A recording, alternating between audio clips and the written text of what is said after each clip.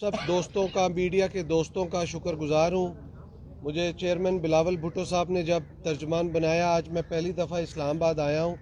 और मेरी ख्वाहिश थी कि मैं इस्लामाबाद के अंदर जो पाकिस्तान पीपल्स पार्टी के सारे बीट कवर करते हैं उन दोस्तों के साथ एक मुलाकात हो, एक इंटरेक्शन हो,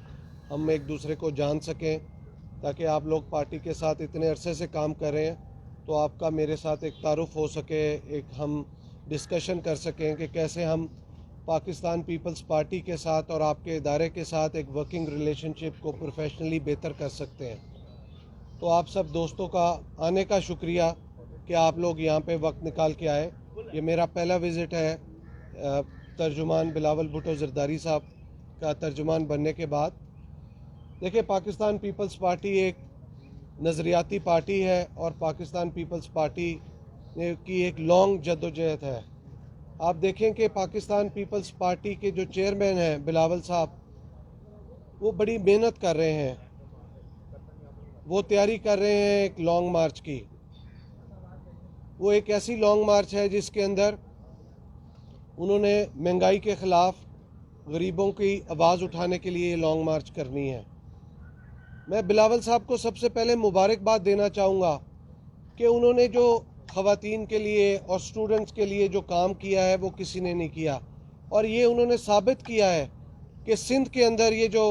स्टूडेंट यूनियन बहाली का बिल है उसको पास कराने में उनको बहुत ज़्यादा अपोजिशन भी मिली, लेकिन उन्होंने उसके अंदर अपना भरपूर किरदार अदा किया और तमाम अपोजिशन के बावजूद उन्होंने चीफ मिनिस्टर साहब को कहा कि इसको जो है आप बहाल पास करवाएं असम्बली से। और इंशाल्लाह ताला, क्योंकि स्टूडेंट यूनियन एक ऐसा प्लेटफॉर्म है जो कि पाकिस्तान के अंदर फ्यूचर लीडरशिप को बनाता है, वहाँ से स्टूडेंट्स की ग्रूमिंग होती है, पॉलिटिकल ट्रेनिंग होती है, एक पॉलिटिसाइजेशन का अमल स्टार्ट होता है। मेरे वालिद साहब जो कि ख़ुद भी स्टूडेंट यूनियन के प्रेसिडेंट रहे हैं, स्टूडेंट लीडर थे, उन्होंने भी वहीं से अपनी सियासत का आगाज़ किया था और आगे वो मज़ीद पाकिस्तान पीपल्स पार्टी के साथ उनकी वाबस्तगी एज ए स्टूडेंट लीडर से बनी और फिर वो आगे स्ट्रगल करते रहे और पार्टी के साथ वाबस्ता रहे। 50 साल उनका पार्टी के साथ वाबस्तगी रही। देखिए, ये बहुत बड़ा एक काम है। जो बाकी चीज़ों के ऊपर हम बात करें, बिलावल साहब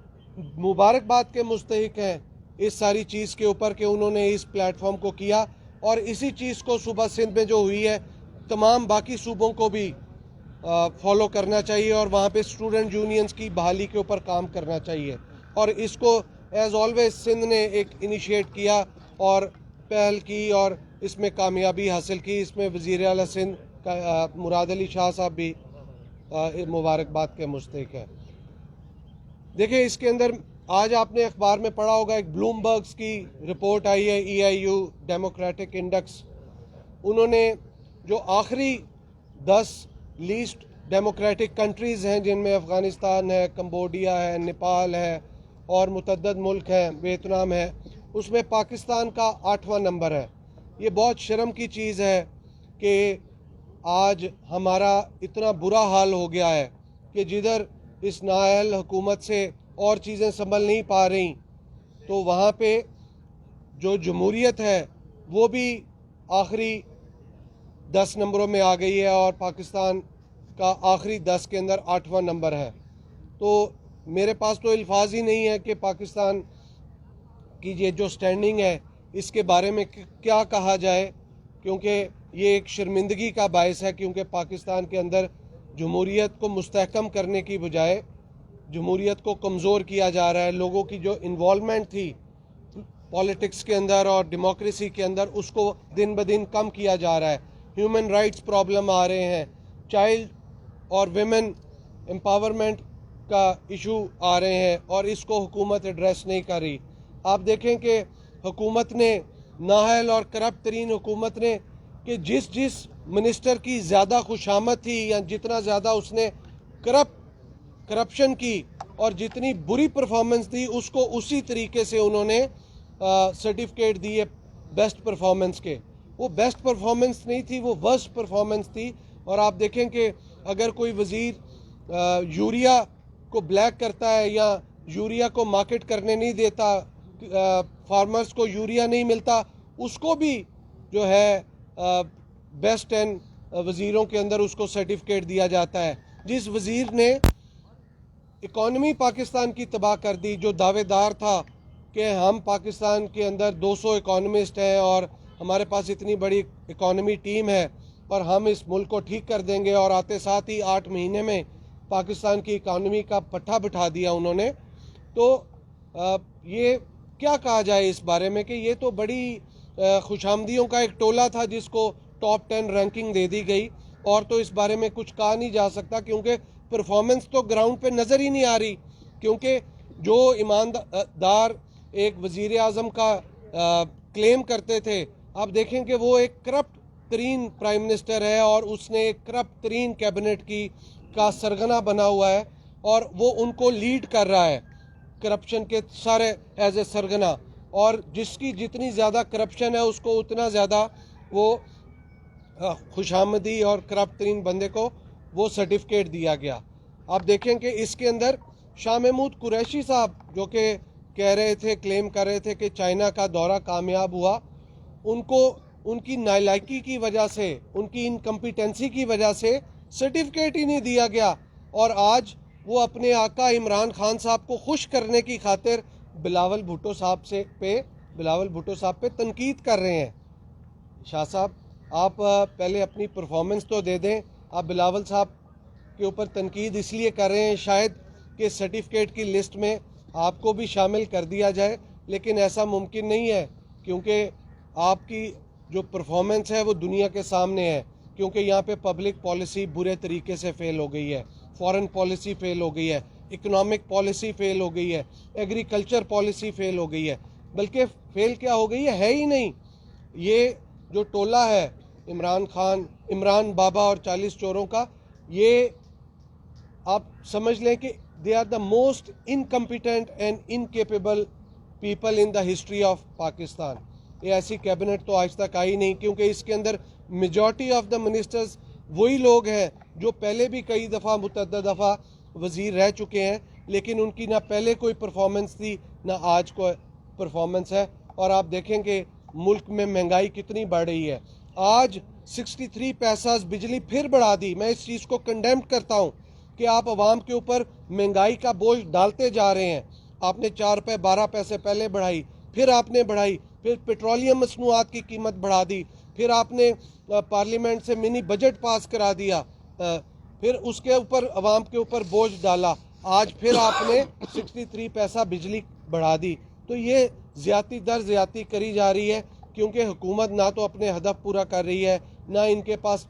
ٹیکس نیٹ بڑھانے کا کوئی پلان ہے, نہ ان کے پاس کوئی ایسا پلان ہے جہاں سے مہنگائی کنٹرول ہو سکے اور عوام کے اندر کوئی بہتری آ سکے. تو آپ دیکھیں کہ اس بڑھتی ہوئی مہنگائی کو کنٹرول کرنے کی خاطر بلاول بھٹو صاحب اپنا باہر نکل رہے ہیں,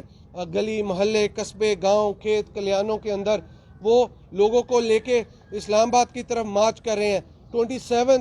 فیبروری کو انشاءاللہ بلاول صاحب کی قیادت میں یہ پیپلز پارٹی کا لانگ مارچ سٹارٹ ہوگا اور ہم اسلام آباد کی طرف رواں دواں ہوں گے. اور یہ جو مہنگائی کے خلاف مارچ ہے, یہ مارچ اسی لیے ہم کر رہے ہیں کہ عوام کے حقوق کی, عوام کی جنگ ہم لڑ سکیں اور عوام کو ساتھ لے کے چل سکیں, تاکہ تاریخ کے اندر یہ تو یاد رہے کہ کسی نے عوام کے حقوق کے لیے اس بڑھتی ہوئی مہنگائی کے خلاف آواز اٹھائی. کیونکہ اس ٹائم پہ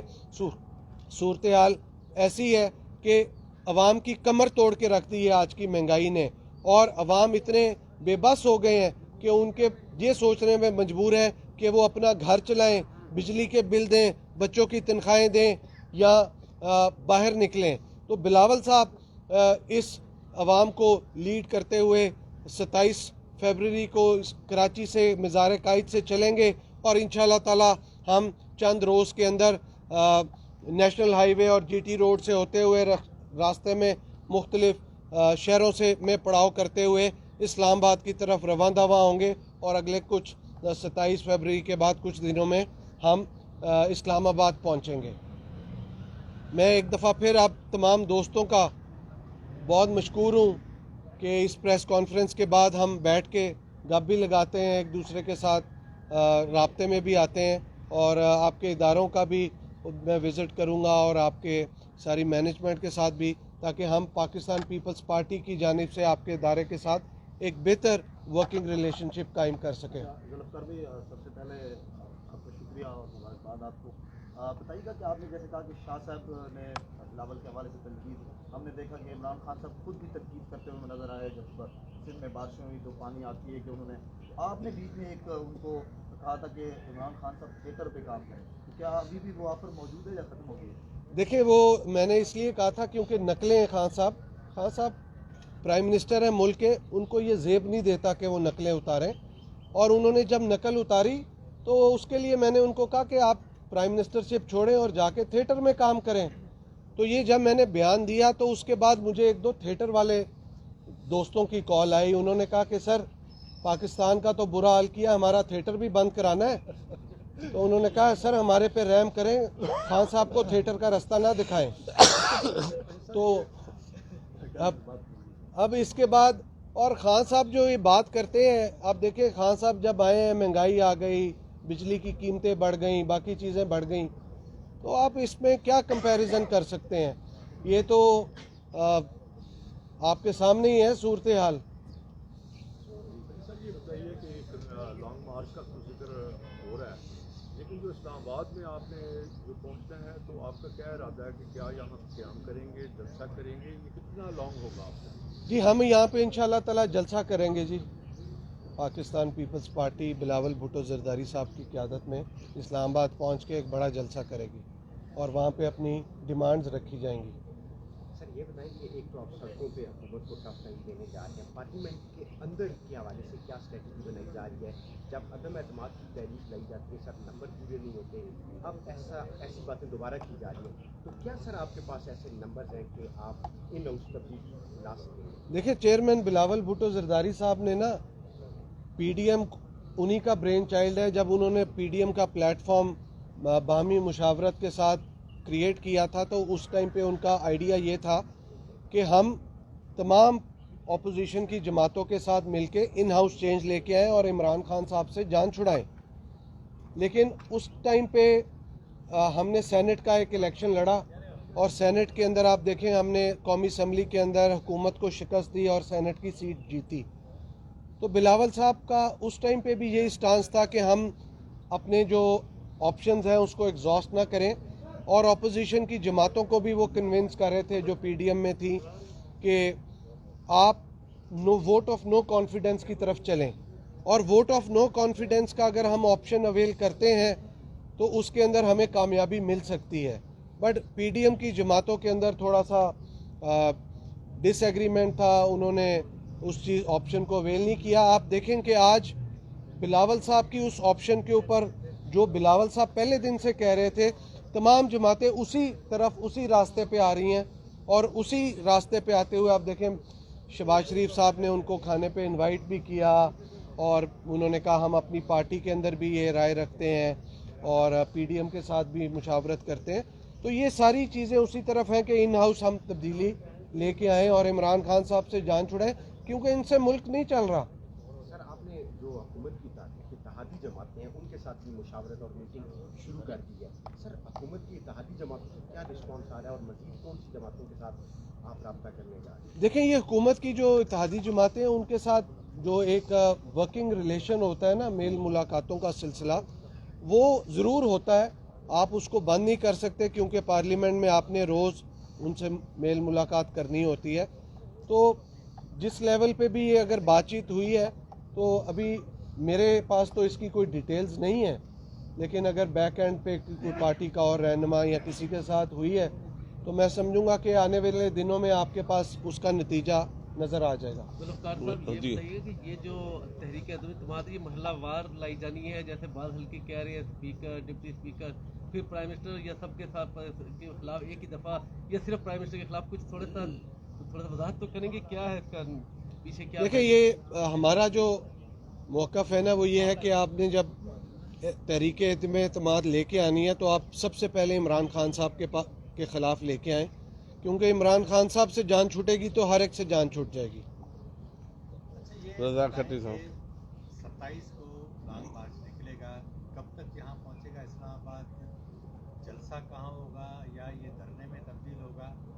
एक तो ये। दूसरा ये बताइए कि जिस तरह मुस्लिम लीग नून पीपल्स पार्टी के मौक़िफ़ पर आ गई 9 किलोमीटर से, तो जो लॉन्ग मार्च है 27 का और 27 फरवरी 23 मार्च का, इसको भी कोई यकजा किया जा सकता है? देखिए, ये जो हमारा लॉन्ग मार्च है ये 27 फरवरी को चलेगा, क्योंकि पाकिस्तान पीपल्स पार्टी एक इंडिपेंडेंट पार्टी है और बिलावल साहब ने सीईसी के आगे ये सारी बात रखी थी, क्योंकि उस टाइम पे वो समझते थे कि हमारे पास, हम अकेले वोट ऑफ नो कॉन्फिडेंस नहीं कर सकते,